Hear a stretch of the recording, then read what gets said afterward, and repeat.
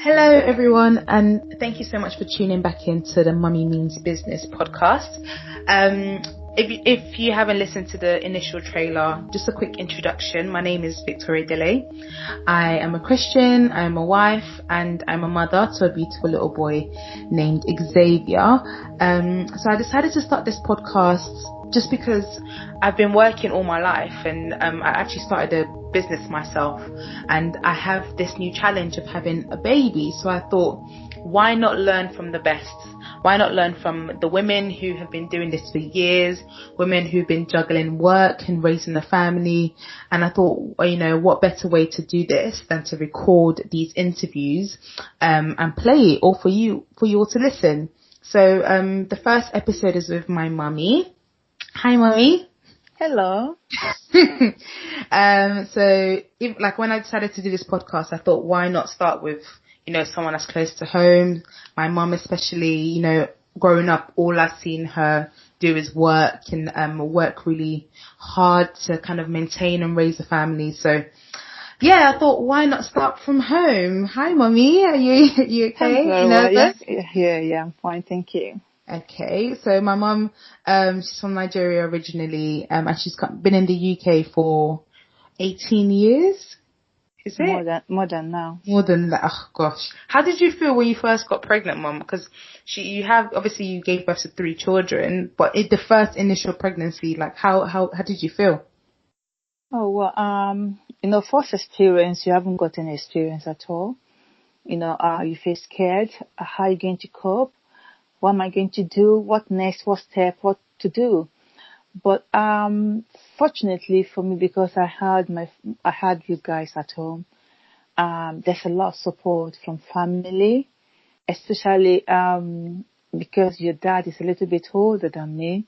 Yeah. He supported me, and alongside we have like a house help, all help to help me with house work.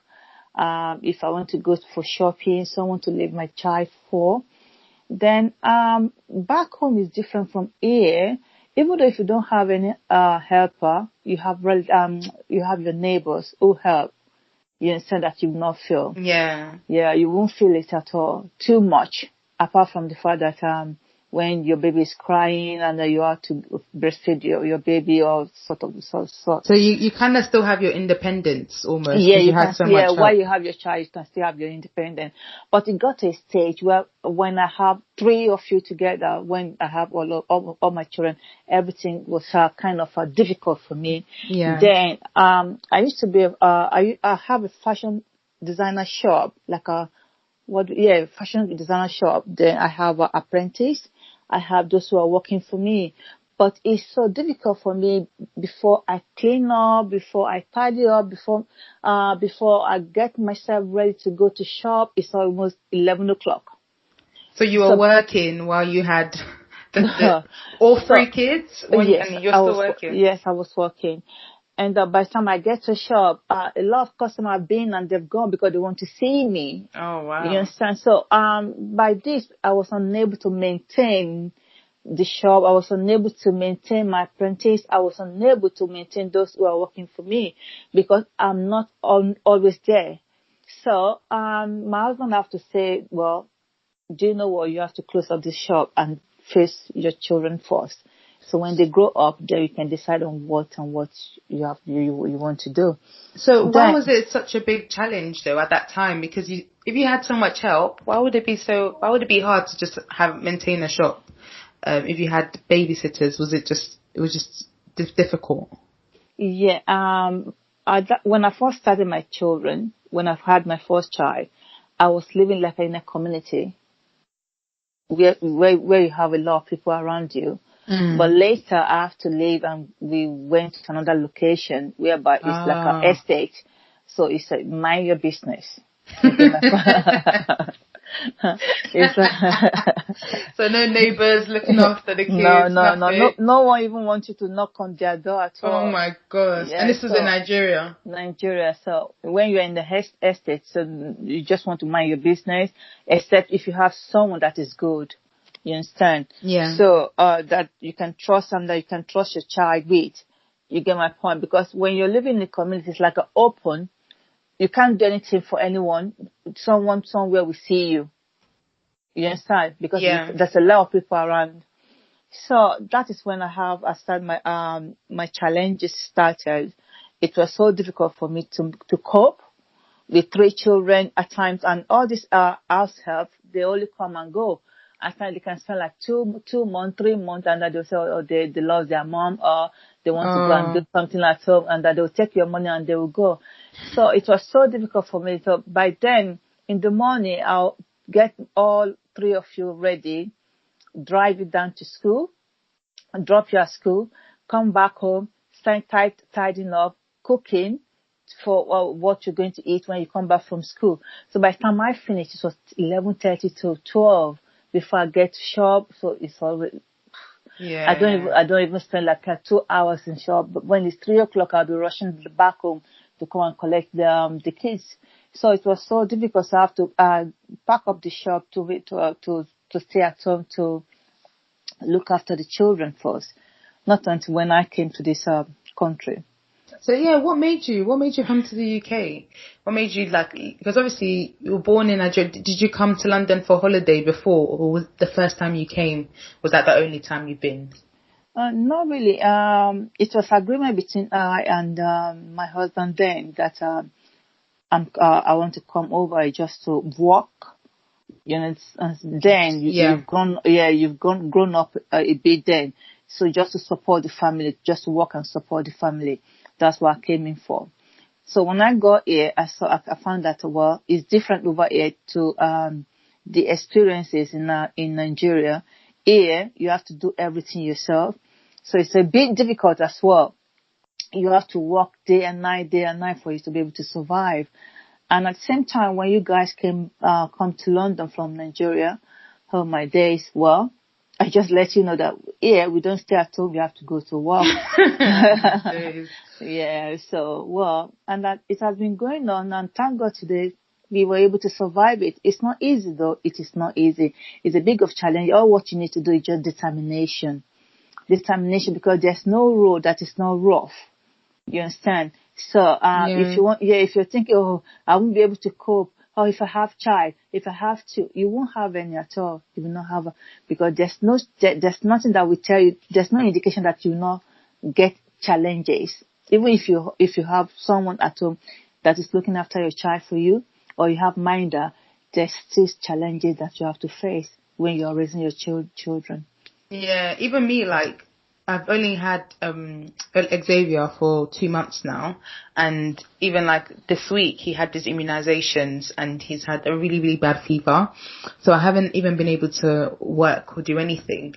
I just kind of thought that, a baby will be easy almost. Like, I remember I was telling people when I was pregnant, oh no, it'll be fine, because I was even telling you, Mum, that, oh, I'll still be working. Like, I'll still be, working on some projects. Xavier will just be sleeping. It's fine. At times you don't even remember you haven't had a wash. I'm telling you, even I don't want to tell you about those days that I literally have to run and have a quick bath or run and brush my teeth before he wakes up. And because I have natural hair, and I was telling my friend that I don't even know, like, I don't wash my hair as often as I would, because Xavier doesn't give me enough time to do it. But yeah, you're lucky that you actually even had some help at the beginning, especially with 3 kids. I actually didn't know that you get so much help when you're in Nigeria. I thought you just had to do it yourself. No. A little bit. No, but obviously, because you came to London by yourself the first time, was it hard kind of being away from your family? It was difficult. Because I used to cry every night. Oh no. I used to cry every night. At times, if I see anyone that is of your age, I'll be crying. When am I going to see my daughter? When am I going to see my children? I used to cry. I'm not a happy person. Not until when I see it, guys. Especially when what happened regarding the Olumide's incident. Yeah. Oh my days, it was so terrible. You can imagine what I would have gone through. There's no one to lean on to. Here, nobody see anybody. You're all by yourself. But, well, I thank God I was able to survive it. It's a very, very, very, very difficult time that you will never pray for anyone pray to happen to anybody. Very difficult period for me. Yeah. But on top of that, when I was going through these challenges, I was able, with God's help, it's good to have God and it's good to have foundation. Definitely. At times, when you are in trouble, you might not even remember what kind of prayer to pray. But most of the prayer that you have prayed in the past can sustain you during your trial. Yeah. Yeah. So during this period, and I decided, okay, what do I do? Because now, then I and your dad have parted, and I become a single mom. And I said, what will I do to be a good mom? And how will I do it? And I have to be a good role model for my children. So what steps should I take? And I said, okay, the first thing to do is to go back to school.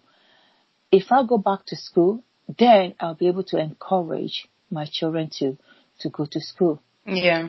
To the highest level, so that at least in future they have their career in their hand, so that at least they have something to feed them, to pay their bills. So I struggle. How was it? How did you even do that? Because it's so hard for people even to get into university or college nowadays. Like, how was it? Was it hard to kind of go back into school or even find a job in the UK when you first came? Well, in my own situation, I don't take no for an answer.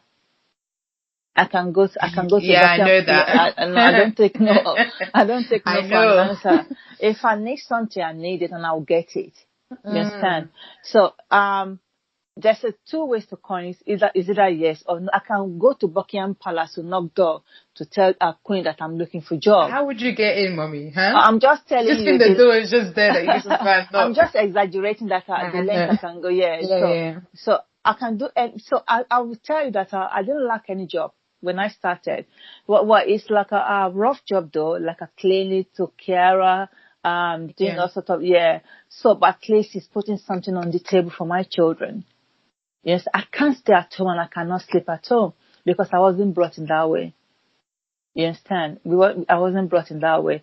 So now I was working, I was going to school. One of my colleagues that we used to work together then as a carer, then I used to look after elderly people in the community. One day, it was weekend. I didn't normally see, we normally do, Monday to Sunday at times. Then this day, I didn't see her anymore during the week. And I said, what happened to this girl? Why am I not seeing her again?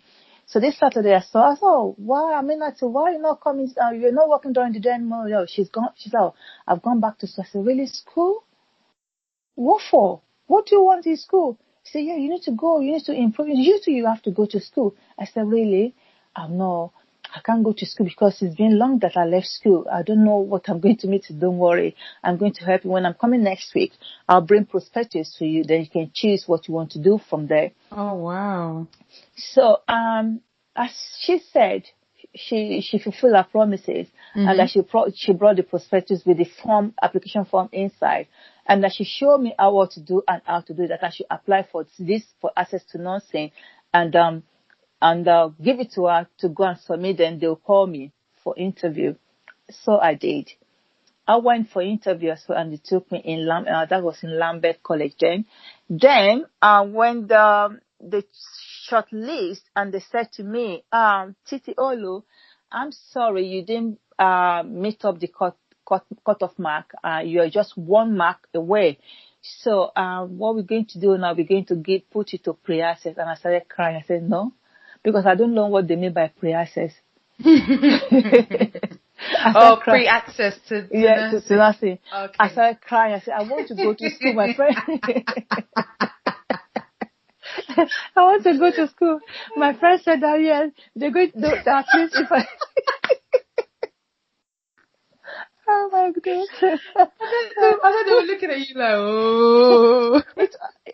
I was really, I don't care who see me that day because there's a long line.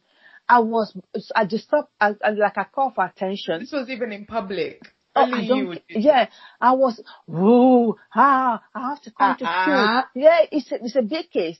Then, and this lady, she's a lecturer there in, Lambeth College then.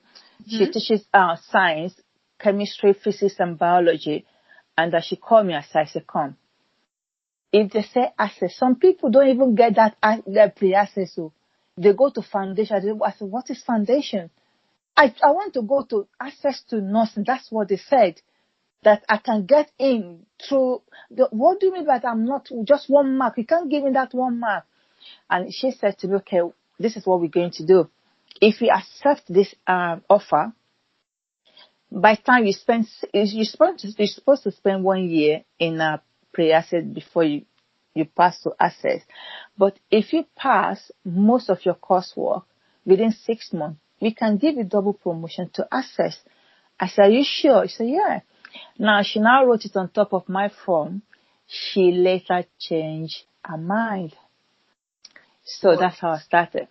So do you know what? It's really interesting because this is the kind of the first time that I'm hearing, this story.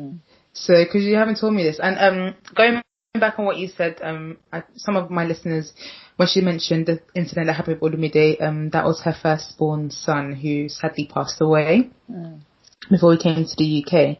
So just kind of backtracking on that. But yeah, so you got on the course and now you're on track to being a nurse. Yeah. Were we in London by then, or were you just doing this before we got here? No, you were still in Nigeria then. Oh, okay. You were still in Nigeria. So what was your first job when you came to London? Was it the cleaning? My first job, I worked in a Lusham hospital as a cleaner. Yeah, they call it domestic. The ward domestic. So I work in a Lusham hospital then. So we clean all the ward. So I used to work with most of the pediatric ward. So from there, honestly, I've gone through a lot anyway. I'm telling you. So go on, tell me. So what was all your jobs? List them from. So when I started with domestic work in a Lusham hospital. And from there, that is with agency. That's how every hospital has got their agency that works with the hospital. So I got up with the hospital agency, and they were paying me £3.75 then, and per hour. Per hour, and still the hospital have their own permanent staff, whom they pay £5.54 per hour. So from there, I'm such a lovable person. Anywhere I go, everybody will like me and be honestly. And from there, my name was all over the place. People like me, they love me. So one day I just went to my supervisor, to the manager of the hospital. I said, I want to join the permanent staff. She said, yes, you'll be working here for long. So when are you working? I said, I work here every day. Okay. In the afternoon during your lunchtime, can you come over and let me interview you, just like that? I went for interview. So he said to me, when do you want to work and what time, which days? Because you have to choose like 4 days that you want from the week. So they even asked you, okay, what do you want to do? Yeah, they asked me which days do I want, and I said I want Thursday, Friday, Saturday, Sunday, because Thursday, Friday, Saturday, Sunday will fetch me more money. Because of the weekend. Yeah. Then I have Monday, Tuesday, Wednesday left for me if I want to do like an agency with the other. So you're working 7 days a week? Oh, yes. So that's crazy. So I was so happy. I've been calculating my money without even starting.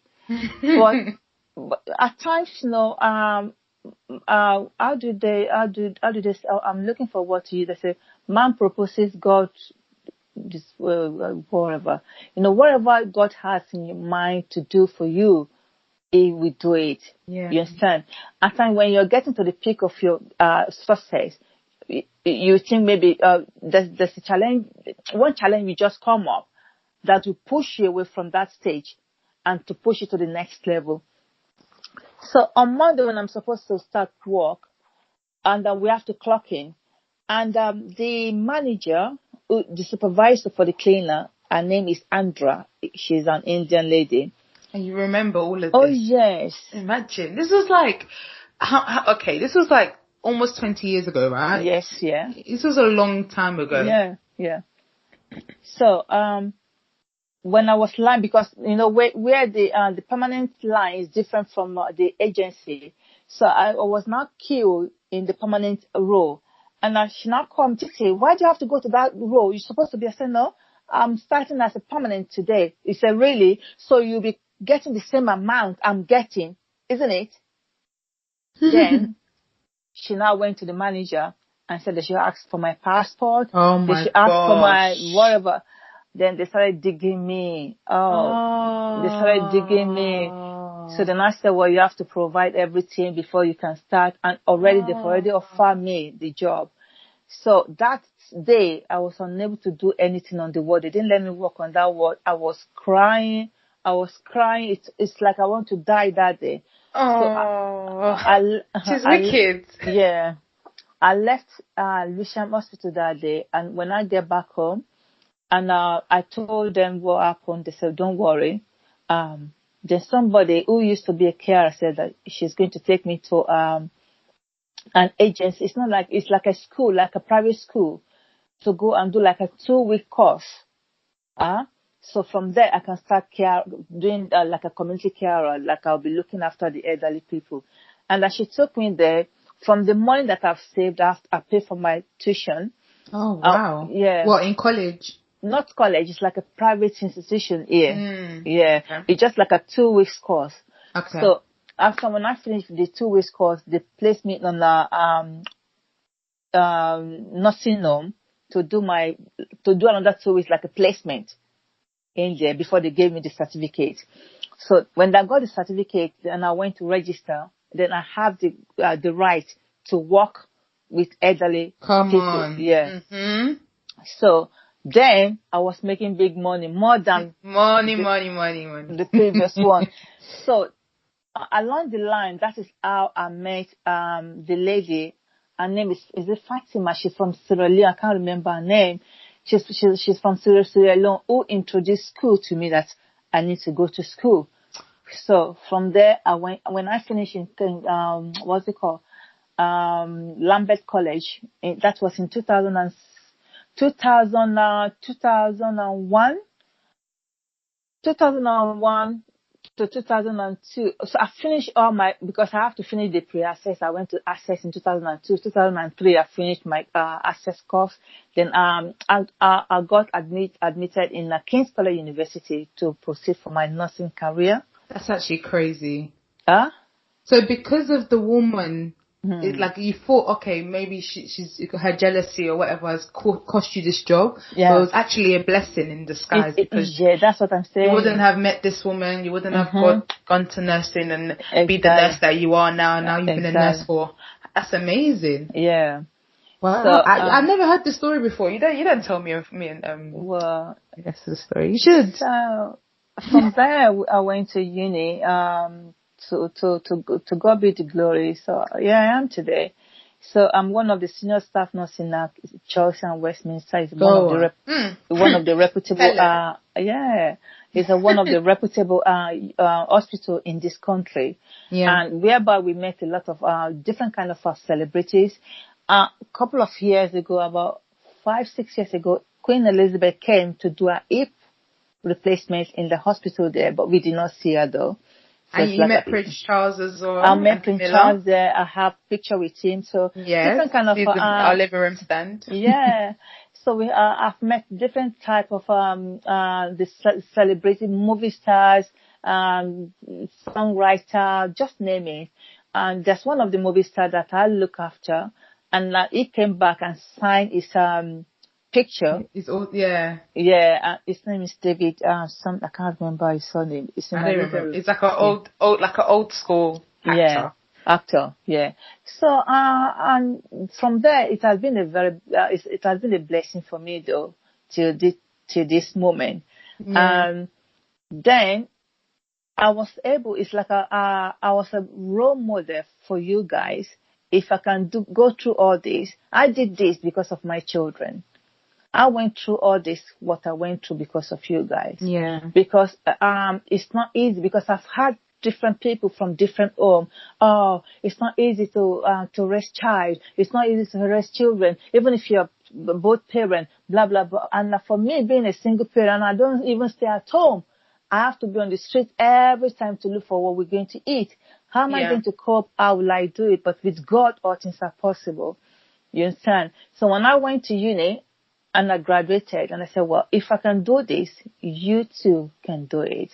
You remember? Yeah, of course. And do you know what? It's funny because even when we were younger, like I was in primary school when I came to London, and you were literally, me and Fumi, we knew your schedule because you were always working, but you still made time for us. Like we still went to the cinema, you know, we still went out to eat, you still celebrated birthdays. Yes, so it wasn't the fact that, because obviously it was just a single parent, but it wasn't the fact that, you know, we never ever saw you. You were still present. Which is kind of the key to almost this podcast, to kind of show the balance that and you can be really successful. I still show up in your that school. one time. You only showed up in my school once, mommy, to pick up my GCSEs. And the only reason you came was because they wouldn't give me my results unless they had a parent there. And you tried to pinch me as well there in front of the teachers. I remember. Yeah. So thank you so much for joining this podcast. But if you were to give any advice to, you know, any single mom who's in a similar situation, who has kids, who's working, what advice would you give them? Well, I would say, because different people handle challenges different ways. Yeah. Because at the particular time I'm talking about, I don't want to go into detail. I lost my child, and at the same time, the same week, my husband left me for you understand what I mean? He left me, so you can imagine that kind of stress and trauma that I'll be going through. But what I think I know is determination. Just stand for your children and stand for yourself. You can do it. You can do it. We just have to empower ourselves, because we have to live for ourselves and live for the kids as well. If you see most of the children in different who did not come up well, look at the parents first. I did not say I'm perfect. I am not a perfect parent. I am not a perfect parent. But most of the time, we are the role model for our children. We just have to be strong for ourselves. We be strong for our children, and that we be determined. There's nothing we cannot do. Yeah. It was after when my husband left me and I lost my child, that is when I decided to go into nursing, and here I am today. You understand what I mean? So it's a rough road, but if you determine you're going to get to that peak, you will definitely get there. That's good. Good words. Be a role model, be determined, be motivated. So thank you so much, Mommy. You're my first guest. Yay! Are you excited? Thank you for clapping. And thank you all so much for tuning in to listen. If you want to hear more, make sure you subscribe. I will be speaking to a lot more people, such as some authors. I'll be speaking to some CEOs, managers, stay-at-home mums, etc. But if you want to see my face, you know, feel free to check out my Instagram at victoria.dele. And thank you so much, and I'll see you next time. Bye. Thank you very much. Bye bye. Thank you. Bye. Thank you.